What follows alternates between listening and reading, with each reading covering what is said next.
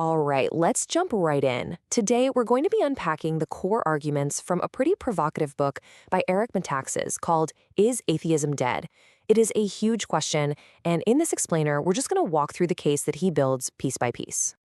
So the book kicks off by setting the stage. For a long time, especially since around the 1960s, it felt like the cultural conversation was moving in only one direction, away from religious belief. But Metaxas asks a really interesting question. Is that actually still true?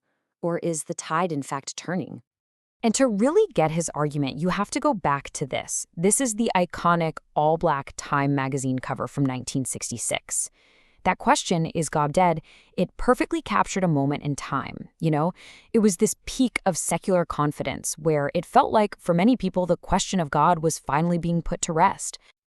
And that's really where the book plants its flag. Its whole mission is to present what it calls a grand counternarrative. The central idea is that over the last 50 or 60 years, new evidence has been quietly piling up from different fields that really challenges that core assumption from back in 1966. So here's our game plan for this explainer, and it's basically how the book builds its case. It's built on three main pillars of evidence. We've got science, archaeology, and philosophy, before it all comes together to tackle that ultimate question, the meaning of meaning itself. First up is the scientific evidence, which the book argues now points pretty strongly to a universe that had a specific, definite beginning. Okay, so the argument here starts with this huge paradigm shift in cosmology.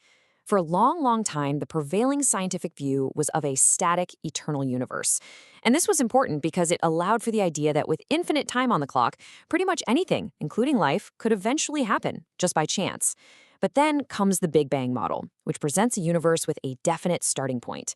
And according to the book, this just completely changes the game by taking infinite time off the table. And this leads us straight into what the book presents as one of its most powerful pieces of evidence, the fine-tuning argument. The basic idea here is that the fundamental laws of our universe, things like the force of gravity or the charge of an electron, are all balanced on an absolute razor's edge. If you tweaked any of them, even just a tiny, tiny bit, life as we know it would be totally impossible. So to give you a sense of the kind of precision we're talking about, the book points to something called the cosmological constant. The accuracy needed here is 1 part in 10 to 120th power. That number is so huge, it's hard to even wrap your head around it. The book uses an analogy. It's like throwing a dart from way out in space and hitting a 1-inch bullseye on Earth. So the question posed is, can that level of precision really truly be a coincidence? And look, this isn't just an argument coming from theologians. To really drive this home, Metaxas includes this amazing quote from astrophysicist Fred Hoyle, who was famously not a religious guy, saying that a common-sense interpretation of the facts suggests that a superintellect has monkeyed with physics. It's a quote that really shows just how jarring this fine-tuning evidence was, even for scientists who weren't looking for it. Okay, pillar number 2. Let's move on to the archaeological evidence, which the book claims is increasingly backing up the stories we find in ancient texts.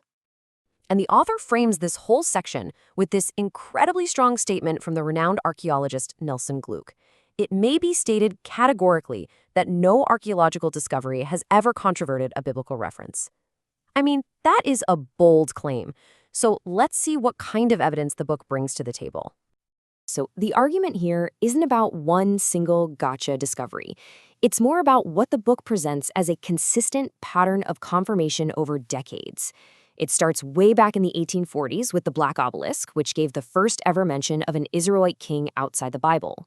Then you jump ahead to the Dead Sea Scrolls, then the Pilate Stone confirming Pontius Pilate was a real historical figure, and even more recent excavations that some archaeologists believe is the biblical city of Sodom. The book presents this as a clear trend. But it is really important to note, this interpretation is not universally accepted, not by a long shot.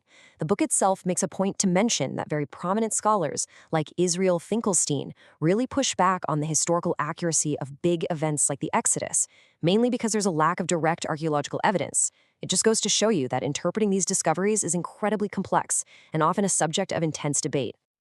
All right, that brings us to the third and final pillar of the case, the philosophical arguments, which get into faith, science, and morality. So here, the book directly challenges a core claim often associated with new atheism, the idea that religion is this unique source of violence and evil throughout history. The counterargument presented is to look at the 20th century, and it cites that secular, officially atheistic regimes were responsible for a staggering number of deaths, somewhere around 150 million people. And this is used to ask a pretty pointed question: what happens to morality when you remove God from the picture? The book also goes after the popular idea that there's always been this war between the church and science, calling this idea a founding myth of atheism. It uses the classic example of Galileo and argues that his conflict was actually less about faith versus science and more about him challenging the old Aristotelian science that the establishment held onto. The book makes sure to point out that pioneers like Galileo and Copernicus were themselves deeply religious men. And to really hammer this point home, the book rolls out a list of some of the absolute titans of science who were also devout Christians. We're talking Isaac Newton, Johannes Kepler, Robert Boyle, all the way up to modern scientists like Francis Collins, the guy who led the Human Genome Project. The argument is that for many of the greatest scientific minds in history, faith and science weren't enemies at all. They were actually deeply compatible. And that brings us to the end. The book moves from all this evidence to the implications, the big so what. It gets into the very human search for meaning and purpose. So here's the existential dilemma it lays out. If the universe is purely materialistic, just matter and energy in a random, pointless process, then the book argues that this forces you into a pretty bleak conclusion, that our own consciousness, our search for truth and love and beauty, is ultimately just a cosmic joke with no inherent meaning. And this is the final turn in the argument. The book concludes that our deep, almost universal longing for meaning is actually a piece of evidence itself. This quote really captures it. The longing for meaning indicates that we were crafted for a purpose. Without it, life feels unbearable. It basically reframes that ache we all feel for purpose not as a glitch in the system, but as a feature, one that points toward a purpose giver. So after walking through this whole case, built on science and archaeology and philosophy, we're left with this one big question. In a world that is just flooded with data, from the edges of the cosmos to the code in our own DNA, what does any of it mean? And maybe more importantly, where do we as individuals find our own meaning in all of it? Definitely something to think about.